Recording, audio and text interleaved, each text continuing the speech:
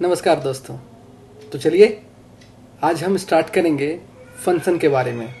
हमने अपने पिछले वीडियो में ये देखा था कि हम किस तरह प्रोसीजर का यूज कर सकते हैं प्रोग्रामिंग में। जिन्होंने भी उस वीडियो को नहीं देखा है, आज के इस वीडियो को देखने से पहले आप प्रोसीजर वाला वीडियो कंप्लीट कीजिए और फिर इस फंक्शन वाले वीडियो को देखिए। तो हम आज पढ़ने वाले फंक्शन, और ये फंक्शन होता क्या है। फंक्शन भी प्रोसीजर की तरह प्रोग्राम के छोटे छोटे ब्लॉक्स होते हैं। अब दोनों में बेसिक क्या अंतर है। प्रोसीजर का जब टाइप मैंने आपको बताया था अपने पिछले वीडियो में, तो आपको ध्यान होगा कि प्रोसीजर दो प्रकार के थे। एक था हमारा कमांड प्रोसीजर जो एसोसिएट होता है किसी कंट्रोल के साथ में, और एक था हमारा user defined procedure. User defined procedure भी दो प्रकार के थे। पहला कि जो आर्गुमेंट रिसीव करता है, और दूसरा जो आर्गुमेंट रिसीव नहीं करता है। इन दोनों को अच्छे से समझने के लिए आप पिछला वीडियो जरूर देखिए। आज हम फंक्शन पढ़ने वाले हैं, और मैं आपको बता दूं कि जो फंक्शन है हमारा फंक्शन है, ये देखिए, ये भी दो प्रकार के होते हैं। एक है बिल्ट इन फंक्शन और एक है यूजर डिफाइंड फंक्शन। हम आज इस वीडियो में यूजर डिफाइंड फंक्शन के बारे में बात करेंगे, लेकिन हमें जरूर जान जाएंगे कि बिल्ट इन फंक्शन होता क्या है, और कुछ फंक्शन को हम लोग यहाँ पे देखेंगे। बिल्ट इन फंक्शन का मतलब होता है कि विजुअल बेसिक के ऐसे फंक्शन जो किसी स्पेसिफिक टास्क को परफॉर्म करने के लिए विजुअल बेसिक ने पहले से बना के रखे हैं। आपको बस उसका यूज करना है, उनको बस कॉल करना है। अगर वो आर्गुमेंट रिसीव करते हैं तो उनमें आर्गुमेंट पास करना है और आपको तुरंत रिजल्ट मिल जाएगा। आपको इस बात की चिंता नहीं करना है कि वो रिजल्ट कैसे जनरेट हो रहा है। जबकि यूजर डिफाइंड फंक्शन में क्या होगा, प्रोग्रामर जो है वो खुद का अपना फंक्शन क्रिएट करेगा, खुद से ये बताएगा कि वो फंक्शन क्या काम करेगा। तो जरा देखते हैं पहले बिल्ट इन फंक्शन को। तो बिल्ट इन फंक्शन हम लोग एक देख चुके हैं, और वो होता है वैल। आपको ध्यान होगा कि मैंने आपको जो पिछले वीडियो में भी एक प्रोग्राम बताया था, और इससे पहले वाले वीडियो में भी आपको पता होगा कि जब भी हम टेक्स्ट बॉक्स में कुछ भी चीज, खास तौर से नंबर टाइप करते हैं, तो भी ना उस टेक्स्ट बॉक्स में लिखे गए नंबर को भी ना विजुअल बेसिक टेक्स्ट समझता है। अब मैं चाहता हूं इस पे कुछ न्यूमेरिकल ऑपरेशन को परफॉर्म करना, तो जाहिर सी बात है कि टेक्स्ट में यदि आप न्यूमेरिकल ऑपरेशन को परफॉर्म करेंगे तो वो परफॉर्म नहीं हो पाएगा। मींस वहां पर आप एरिथमेटिक ऑपरेशन जैसे एडिशन, सब्ट्रैक्शन, मल्टीप्लिकेशन और डिवीजन जैसे ऑपरेशन परफॉर्म नहीं कर पाएंगे। तो इसका सॉल्यूशन क्या था? सिंपल था। हमने क्या किया था, हमने एक जुगाड़ लगाया था। हमने एक बिल्ट इन फंक्शन वैल का यूज किया था, जिससे हो क्या रहा था कि टेक्स्ट बॉक्स में जब हम कोई नंबर इनपुट कर रहे थे तो वो न्यूमेरिकल फॉर्म में चेंज हो जा रहा था, न्यूमेरिक फॉर्म में चेंज हो जा रहा था। कैसे चेंज करते हैं मैं आपको दिखाता हूं। सिंपल से एक एग्जांपल मैं आपको दिखाता हूं। देखो, दो टेक्स्ट बॉक्स है आपके पास। ये मैंने टेक्स्ट को भी यहां से रिमूव कर लिया। एक कमांड बटन है, और हमारे पास चलो एक और टेक्स्ट बॉक्स है जिसमें हमारा रिजल्ट आएगा। मुझे ना इन दोनों, यहाँ पर मुझे एक नंबर पास करना है, यहाँ पर भी एक नंबर पास करना है, और कमांड 1 पे क्लिक करते ही मैं चाहता हूं यहाँ पे सम आ जाए। सिंपल है, मैंने अपने पहले वीडियो में ही इसको बताया भी था। लेकिन val function, val built in function कैसे काम कर रहा है, इसको समझाने के लिए जरूरी हो गया है कि मैं उस कॉन्सेप्ट को यहाँ पे फिर से रिपीट करूं। सिंपल सा बात है, कैसे करेंगे देखिए। सम का प्रोग्राम बनाना है, तो मैंने कमांड 1 पे क्लिक किया, और मैंने सिंपल मैंने यहाँ पे डिम, मैंने यहाँ पे 3 वेरिएबल डिक्लेयर कर दिया, कुछ इस तरीके का इंटीजर। मैंने n1 equal to text1 dot text लिख दिया। इसका मतलब होता है कि पहले वाले टेक्स्ट बॉक्स में जो भी आप कुछ टाइप करोगे, जो भी आप टेक्स्ट टाइप करोगे, वो कहाँ पर जाकर स्टोर हो जाएगा, n1 में। उसी तरह n2 नाम के वेरिएबल में भी मैंने text2 डॉट टेक्स्ट कर लिया है। अब दोनों को मैंने जोड़ दिया है, और सम करने के बाद मैंने उसको आंसर में स्टोर कर लिया है। अब मैं चाहता हूं कि टेक्स्ट जो 3 था हमारा, उसमें हमारा रिजल्ट आ जाए, तो बिल्कुल text3 डॉट टेक्स्ट में मैंने आंसर को पास कर दिया। सिंपल सा प्रोग्राम है। जैसे ही हम यहाँ पर क्लिक करेंगे, दोस्तों यही है कमांड प्रोसीजर, मैंने पिछले वीडियो में आपको बताया था। मतलब इस प्रोग्राम को बनाने के लिए हम लोग कमांड प्रोसीजर का यूज कर रहे हैं। रन कराते हैं, देखते हैं क्या होता है रिजल्ट। मैंने यहाँ पे दिया 2, मैंने यहाँ पे दिया 3, और जैसे ही मैंने कमांड 1 पे क्लिक किया इन दोनों का सम यहाँ पे आ जाएगा। देखिए आ गया 2 3। अब आपको ये लग रहा होगा ये 2 3 सम कैसे हुआ, तो मैं आपको बता दूं कि 2 3 सम हुआ है, लेकिन यहाँ पर एरिथमेटिक ऑपरेशन परफॉर्म नहीं हुआ है, ये तो टेक्स्ट ऑपरेशन हो गया। 2 को उसने ले आया, 3 को उसने ले आया, दोनों को सम कर दिया, दोनों को जोड़ दिया। लेकिन क्या हमको इस तरीके से जोड़ना था? नहीं, हमको इस तरीके से नहीं जोड़ना था। तो ऐसा क्यों आया? क्यों आया इसी बात के लिए मैं आपको बता रहा हूं कि ये जो टेक्स्ट बॉक्स है आपके सामने में, आप नंबर भी डालोगे ना तो उसको टेक्स्ट समझेगा, नंबर नहीं समझेगा। तो इसका सॉल्यूशन क्या है? विजुअल बेसिक ने एक फंक्शन बना दिया है पहले से, आप उस फंक्शन को बस कॉल कर लो और उससे होगा क्या? टेक्स्ट बॉक्स जो है वो नंबर में चेंज हो जाएगा। मैं यहां पे लिखूंगा वैल, और इस वैल नाम के फंक्शन में मैं text1.text को पास कर दूंगा। मैं यहां पे भी लिखूंगा वैल, और मैं text2.text को भी इसी फंक्शन में पास कर दूंगा। सिंपल सा बात है। वैल एक बिल्ट इन फंक्शन हो गया। हमने इसमें क्या पास किया? text1.text। ये कर क्या रहा है? ये यहां पे जो भी आप न्यूमेरिक फॉर्म में जो भी नंबर एंटर करोगे, आपको तो लग रहा है नंबर है, लेकिन विजुअल बेसिक उसको टेक्स्ट समझ रहा है, तो वो उसको ना न्यूमेरिक फॉर्म में चेंज करने के बाद n1 में स्टोर करेगा। ठीक उसी तरह यहां भी उसको न्यूमेरिक फॉर्म में चेंज करने के बाद ही नेक्स्ट n2 में स्टोर करेगा। अब जरा देखते हैं क्या हुआ, क्या ये काम कर रहा है। देखो 2 और देखो 3, और जैसे ही मैं यहां पर कमांड बटन पे क्लिक करूंगा, देखते हैं क्या हुआ। जादू 5, न्यूमेरिक ऑपरेशन परफॉर्म हो गया। दोनों सही है। आपको ये समझना है कि आपको न्यूमेरिक ऑपरेशन परफॉर्म करना है, एरिथमेटिक ऑपरेशन परफॉर्म करना है, या आपको टेक्स्ट बेस्ड ऑपरेशन परफॉर्म करना है। अगर आपको एरिथमेटिक करना है तो बिल्कुल वैल फंक्शन का यूज करना ही होगा, जो बिल्ट इन फंक्शन है। ये कैसे कर रहा है हमको नहीं जानना है। आगे आने वाले वीडियो में हम लोग ना न्यूमेरिक बहुत सारे फंक्शन पढ़ेंगे, लेकिन मेरे आज के इस वीडियो का मेन ऑब्जेक्टिव है आपको यूजर डिफाइंड फंक्शन से, यूजर डिफाइंड फंक्शन से आपको रूबरू कराना। तो चलिए देखते हैं यूजर डिफाइंड फंक्शन को।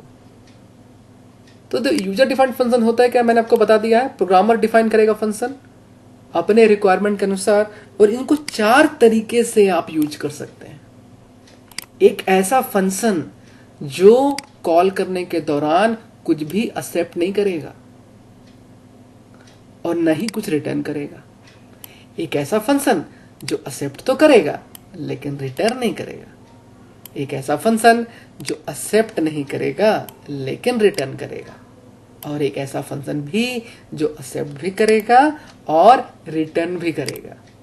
हो सकता है अभी आपको समझ में नहीं आ रहा होगा कि एक्सेप्ट क्या है, रिटर्न क्या है। बस अगले 5-10 मिनट में आप आसानी से समझ पाएंगे ये एक्सेप्ट और रिटर्न का चक्कर क्या है।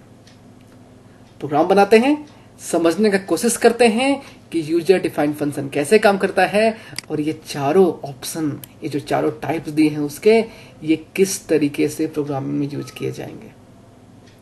तो सबसे पहले है नो एक्सेप्ट नो रिटर्न। चलो देखते हैं, प्रोग्राम बनाते हैं। सेम यही प्रोग्राम जोड़ने वाला ही जोड़। हम यहाँ पे करने क्या वाले हैं, फंक्शन बनाएंगे यूजर डिफाइंड। कैसे बनाएंगे? हम लिखेंगे पब्लिक फंक्शन और एक फंक्शन का नाम रितेश, और ये कुछ एक्सेप्ट नहीं करने वाला है, लेकिन ये रिटर्न करेगा नहीं करेगा, लेकिन फिर भी आपको यहां पर एक रिटर्न वैल्यू आपको यहां पे डालना पड़ता है। तो फंक्शन कैसे क्रिएट करेंगे? यहां पे लिखेंगे पब्लिक या प्राइवेट, यहां लिखेंगे फंक्शन कीवर्ड, यहां लिखेंगे फंक्शन का नाम, यहां पे ब्रैकेट जैसे प्रोसीजर बनाए थे, लेकिन यहां पे एक extra return data type as के साथ। मैंने आपको बताया ना कि अभी हम लोग को न तो एक्सेप्ट कराना है न तो रिटर्न कराना है। तो आप बोलोगे सर ये तो ठीक है, आपने ब्लैंक छोड़ दिया है, एक्सेप्ट नहीं करेगा, लेकिन रिटर्न का चक्कर क्या है? तो हम रिटर्न नहीं कराएंगे, लेकिन आपको यहाँ पर सिंटैक्स के अकॉर्डिंग आपको रिटर्न डाटा टाइप कुछ ना कुछ यूज करना होगा। जैसे सी में करते थे ना, इंट मेन करते थे, ठीक उसी तरह। तो यहां पर हम लोग जो है इसको छोड़ देंगे। अब हम लोग क्या क्या करेंगे? एकदम सिंपल सी बात है, हम इस पूरे कोडिंग को जो हमने कमांड के क्लिक पे लिखा था, इसको मैंने कट किया और मैंने यहां पे पेस्ट कर दिया। और हम यहाँ पे फंक्शन को बस कॉल कर लेंगे रितेश, सिंपल। मतलब जैसे ही हम लोग कमांड 1 पे क्लिक करेंगे, यहाँ पे आप कॉल लिख दो, ज़्यादा अच्छा है, कॉल रितेश। प्रोसीजर के साथ में ये चल गया था कि आप विदाउट कॉल आप कॉल कर लिए थे, लेकिन फंक्शन के साथ में ये नहीं चलेगा, आपको यहाँ पे कॉल स्टेटमेंट लगाना ही पड़ेगा। तो देखो रितेश, जैसे ही आप कमांड बटन पे क्लिक करेंगे रितेश कॉल होगा। क्या कॉल करने के दौरान यहां से इस ब्लॉक से इस ब्लॉक में कुछ आर्गुमेंट पास हुआ? नहीं हुआ, इसलिए इसको बोलेंगे नो एक्सेप्ट। हमारा फंक्शन कुछ भी एक्सेप्ट नहीं कर रहा है। क्या यहां पर रिजल्ट आने के बाद यहां से वापस कुछ गया कमांड 1 के पास? नहीं, यहां पे हमने बस कॉल किया, इनपुट हुआ, रिजल्ट आया, रिजल्ट डिस्प्ले हो गया, फंक्शन एंड हो गया, यहां से कुछ वापस नहीं जा रहा है, इसलिए ये है हमारा नो रिटर्न। मीन्स ये हो गया नो एक्सेप्ट नो रिटर्न का बेस्ट एग्जांपल। तो चलिए रन कराते हैं। आउटपुट में कोई फर्क नहीं पड़ेगा, हमारा एजेंडा केवल ये है कि हम समझने का कोशिश कर रहे हैं कि एक यूजर डिफाइंड फंक्शन कैसे बनाते हैं और उनका अरेंजमेंट किस प्रकार होता है। हमारा फोकस 2 नंबर को जोड़ना नहीं है, वो तो विदाउट फंक्शन भी हो सकता है। हमारा फोकस इन चीजों को समझने से है। तो जरा रन कराते हैं, देखते हैं क्या होता है। 2 और 3, जैसे ही मैंने कमांड बटन पे क्लिक किया, देखो क्या होगा, रितेश कॉल होगा और जो भी कोडिंग लिखा हुआ है सब एग्जीक्यूट हो जाएंगे। न तो कुछ पास होगा न तो कुछ रिटर्न होगा। देखते हैं रिजल्ट क्या है। 5 एकदम सही है। तो बढ़ते हैं आगे। अच्छा था ना। नेक्स्ट है एक्सेप्ट करेगा लेकिन रिटर्न नहीं करेगा। चलो एक्सेप्ट कराते हैं लेकिन रिटर्न नहीं कराएंगे। तो हम करने क्या वाले हैं, हम इन दोनों लाइन को, मतलब वेरिएबल का जो डिक्लेरेशन है वो और जो इनपुट ले रहे हैं वो, हम कमांड 1 पे इसको रखेंगे और रितेश को कॉल करेंगे और कॉल करने के दौरान यहां से N1 और N2 को भेज देंगे। ये देखो इस तरीके से। अब यहां पर मैंने आपको प्रोसीजर में बताया था बाई वैल का चक्कर।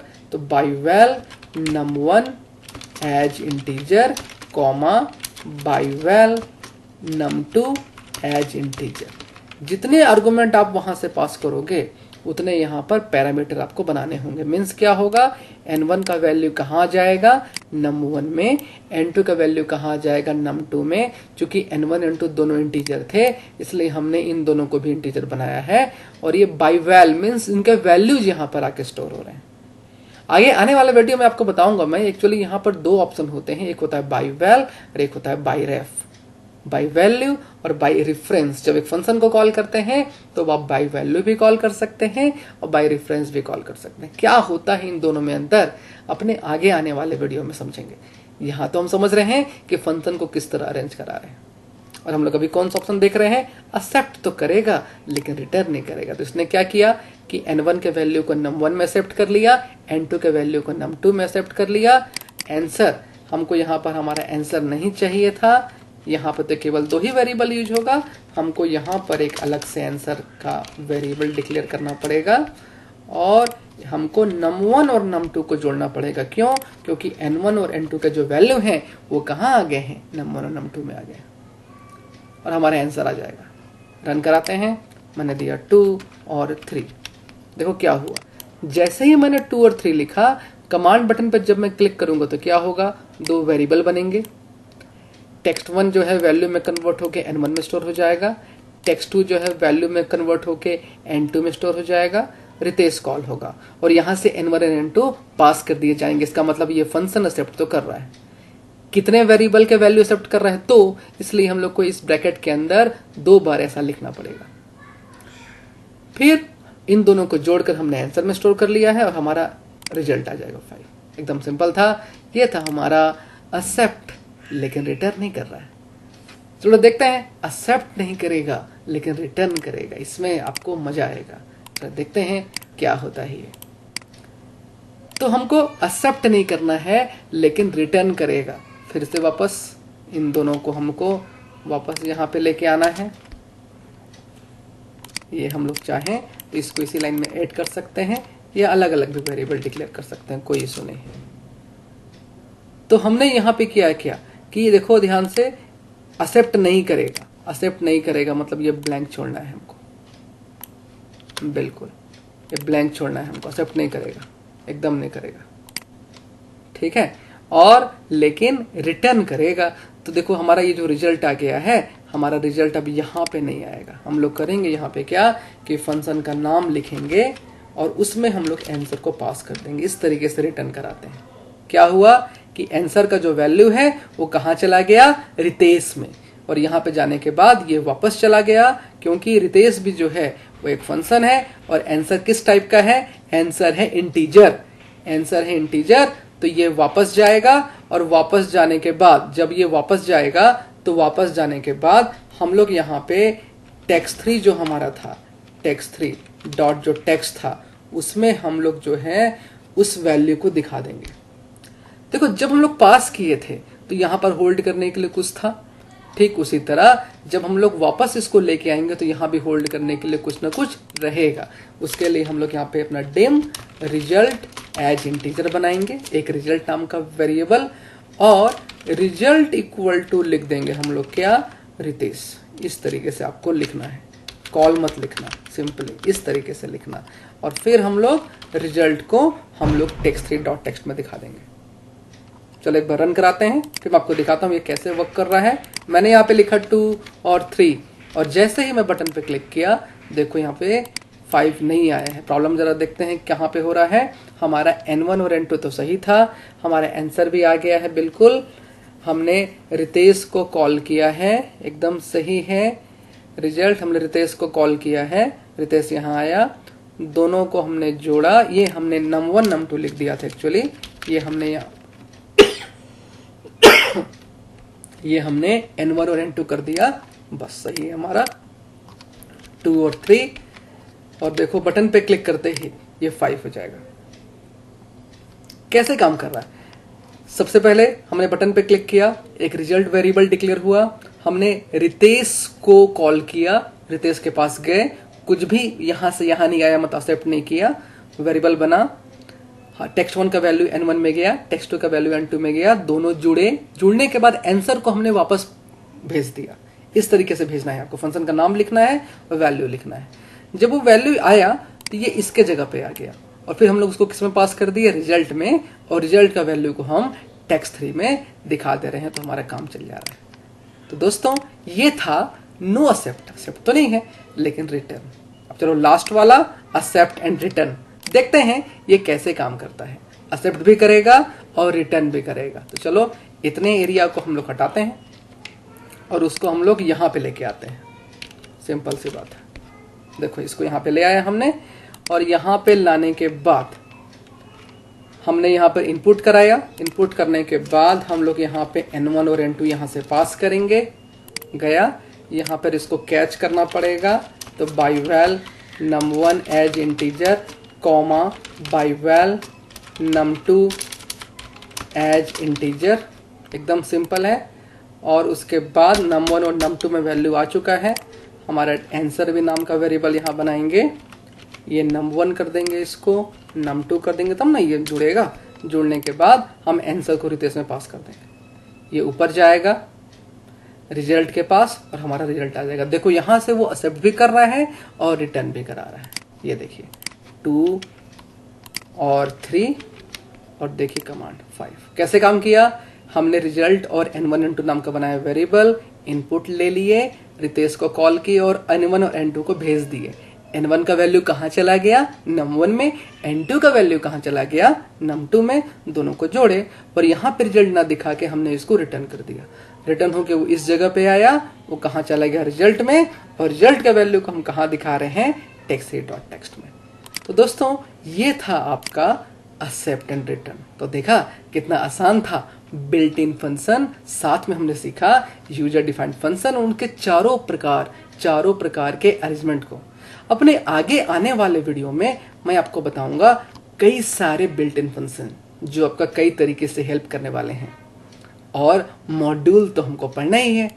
तो आप इसी तरह प्रैक्टिस करते रहिए, मेरे वीडियो को देखते रहिए, और यदि आपको ये वीडियो पसंद आता है तो इस चैनल को सब्सक्राइब करना नहीं भूलें, ताकि जैसे ही मैं कोई वीडियो अपलोड करूंगा तो आपका उसको तुरंत आपको नोटिफिकेशन मिल जाएगा।